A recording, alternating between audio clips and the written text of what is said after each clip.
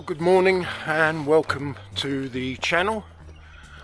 Today I'm taking the new OM System 100 to 400 millimeter Mark II out for a bit of an excursion down to Lake Le Chenoltier.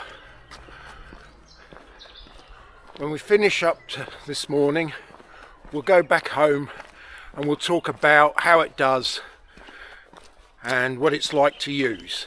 Well, here's the lake this morning. It's beautiful.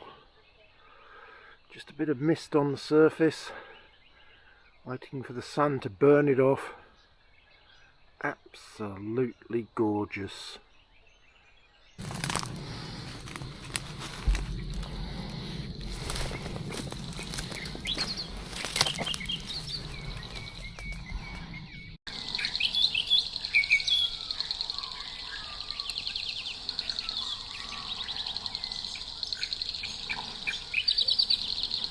Right, hello again.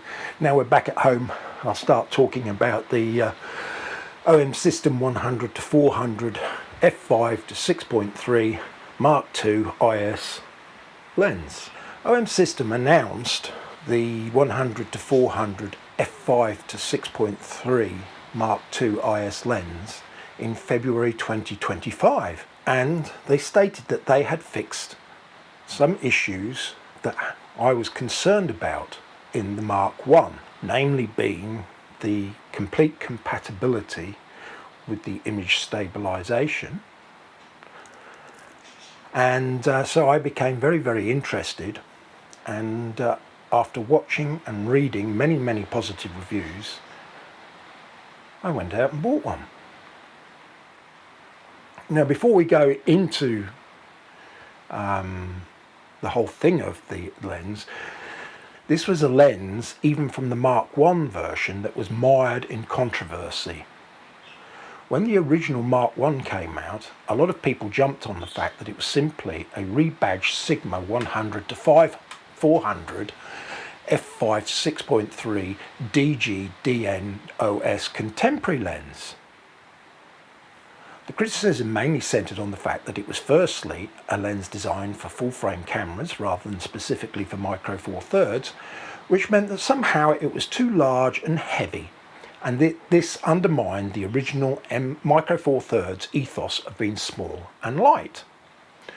The second complaint was that the original Sigma lens sells for around half the price of the OM System version. So therefore many people felt that they were being ripped off by OM System. When the OM System 100 to 400 Mark II was launched, these same complaints were again raised. Well, are they true? Are they not? Well, it's a bit complicated. While both lenses may have been built by Sigma, and there is no definitive proof that Olympus or OM System or the OM System lens has been, there are some key differences. While they share the same focal length, aperture range and thermally stable composite body, the filter size of the Sigma is 67mm compared to 72mm of the OM System lens. The Sigma lens has a lens construction comprising of 22 elements in 16 groups, with 4 FLD elements and 1 SLD element. The OM System lens has 21 elements in 15 groups, with 4 ED elements, 2 HR elements and 2 Super HR elements. The OM System lens also has a diaphragm that has 9 circular blades, while the Sigma only has 7. The OM System lens has an IPX1 rated weather sealing, and there is no rating for the Sigma. The OM System lens's front element has a zero coating, which is a form of fluorine coating that repels water and smears, helping keep it clean. The Sigma doesn't. The Sigma's image stabilization is only 4 stops, while that of the OM systems is 5 on its own, and it fully integrates with their camera IBIS to give 7 stops of image stabilization. Now, at this point, I think it would be fair to say that the OM system lens is not a simple case of badge engineering. There are too many differences. Now, I'm not saying here that OM system didn't contract Sigma to build the lens using their existing Sigma 100-400 contemporary lens as a framework. What I am saying is that there are sufficient differences in the specifications that they should be treated as entirely separate entities. So when we talk about the construction, I'll be making comparisons to the Panasonic 100-400 Mark I, which I own, and I'll put a link to my review of that lens. Now, the OM System 100-400 Mark II is not a part of the top-tier Pro line of Zuiko lenses, but rather one of their consumer-grade ones. Consequently, it doesn't have the metal body nor manual focus clutch or snapshot ring that those Pro lenses have, but rather a nondescript composite body that is strictly utilitarian. The zoom is of the external variety in that the lens barrel extends as you zoom through the focal range, but the focusing is internal and the front element does not rotate as the lens focuses. The mechanism feels sturdy with no hint of any flex or wobble. At the mount end, there is a chromium plated brass mount which is surrounded by an O-ring, which provides a seal between the lens and the camera body.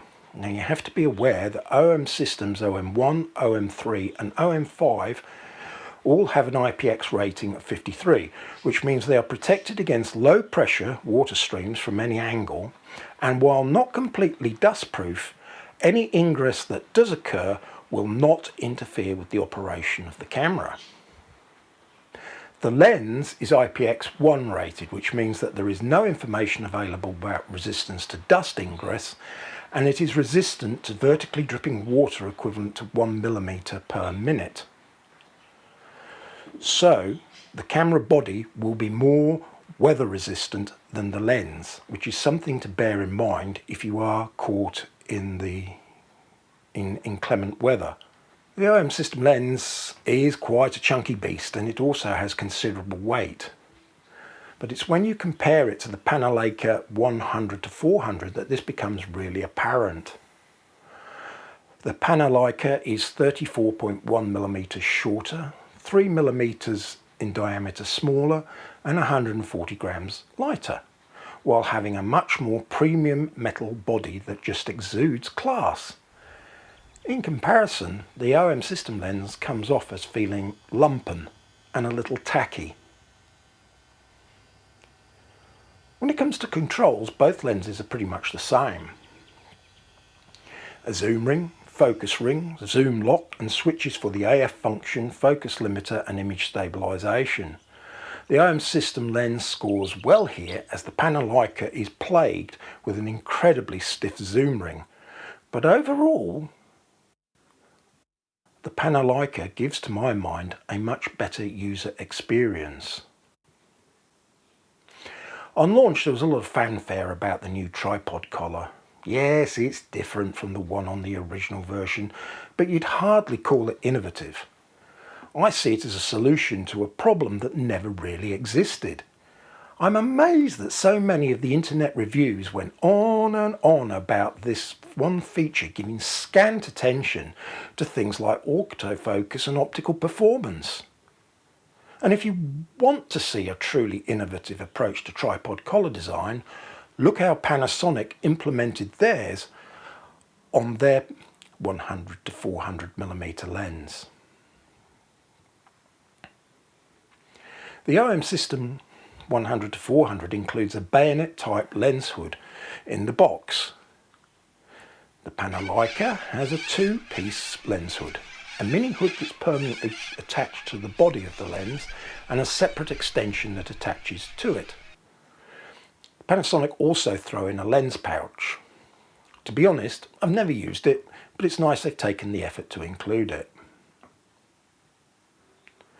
Performance. This is where things get interesting. When it comes to sharpness, at 100mm wide open at f5 the performance is even across the frame, a little soft and lacking in contrast. At f5.6 the contrast improves a little, but the sharpness remains the same. At f8 there is no improvement. At f11 the lens reaches its best performance, and then past that the softness returns in the form of diffraction. The best results from the lens came at 200mm, again with the best result at f11.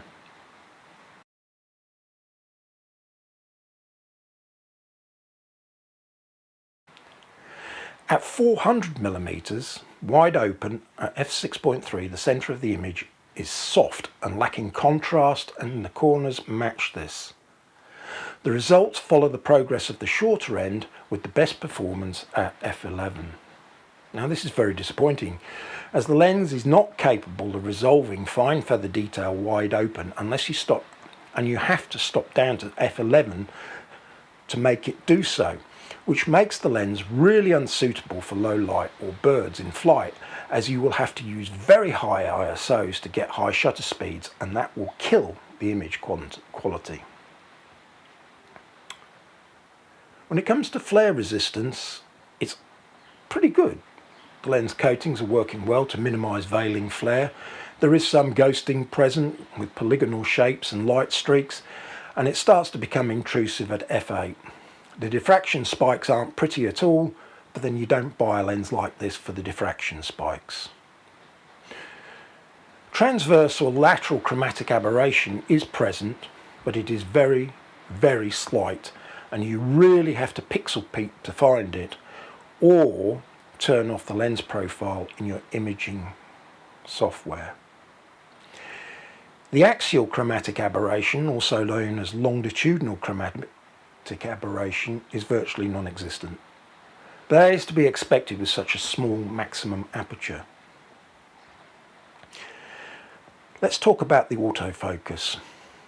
And if you think this has been a pretty damning review so far, well, all I can say is brace yourself, as we haven't dealt with the lens's major shortcomings. Now, before any of you complain about me having a faulty camera, I tested the lens on an Olympus EM1, two different EM1 Mark IIs, and an EM1X, and got the same result. The lens and the cameras all had the latest firmware installed, and all tests were done with the camera locked down on a tripod. At best, using continuous autofocus on a slow moving target, me walking, I got 56% of the images in focus. Putting a stuffed toy bird on a slider and have it move back and forth, 40% of the photos were in focus. At this point I contacted OM Systems Australia and sent the lens into them for recalibration. On getting it back, the performance was actually worse, with only 20% in focus. The problem is that it seems to take ages for the lens to acquire focus, and if it does, it will momentarily grab focus for a couple of frames before drifting off again. The number of times where I've had a bird sitting just 5 to 10 metres away from me with a clear background and the camera and lens refuses to lock onto it. Frustration just doesn't begin to express what I feel when that happens. Switch the lens over to the Panasonic and there's no problem. Even the much cheaper OM System 75-300 Mark II performs better than the OM System 100-400, despite being a quarter of the price. Now, when shooting video, the situation is worse. The lens struggles to find focus and then it inexplicably drifts off. Now, at the time of writing, the lens is with OM System Australia for evaluation, whatever that means. When it comes to image stabilization, this is an area where the OM System 100-400 excels. OM System claims that the optical stabilization of the lens combines with the in-body image stabilization of the camera body to give 5-axis stabilization of 7 stops. Now, back in the days of yore, when 35mm film SLRs were the norm, there was the old adage of the minimum shutter speed you can hold is the reciprocal of the focal length. So with a micro 4/3 crop factor and a focal length of 400mm, then you would need a shutter speed of 1/800th of a second to avoid camera shake. Now 7 stops would take us down to a shutter speed of 1/1/6 of a second, and that is exactly the minimum shutter speed I could use and get a sharp image. Now that is pretty impressive by anyone's standards with such a long focal length. Practical application of this is that for taking photos of birds, I don't often go below 1/500th of a second, so it seems overkill. But for video, that is another matter entirely, and it makes it possible to shoot reasonable video handheld with this lens.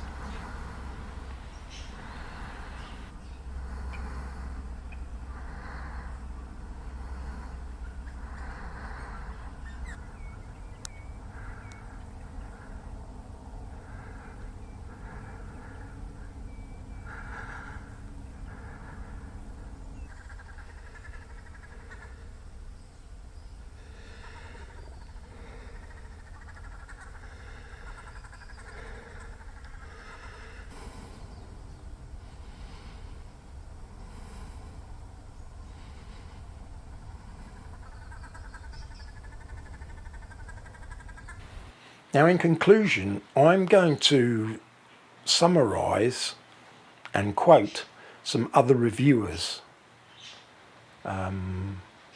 about this lens.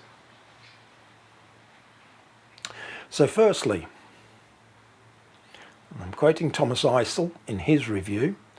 When working with the 100-400 Mark II in practice, one of the first things you will notice is the exceptional focusing performance. It is therefore highly suitable not just for wildlife photography but also for professional wildlife filmmaking. The exceptional autofocus performance stems from full compatibility with the latest OM system autofocus technologies.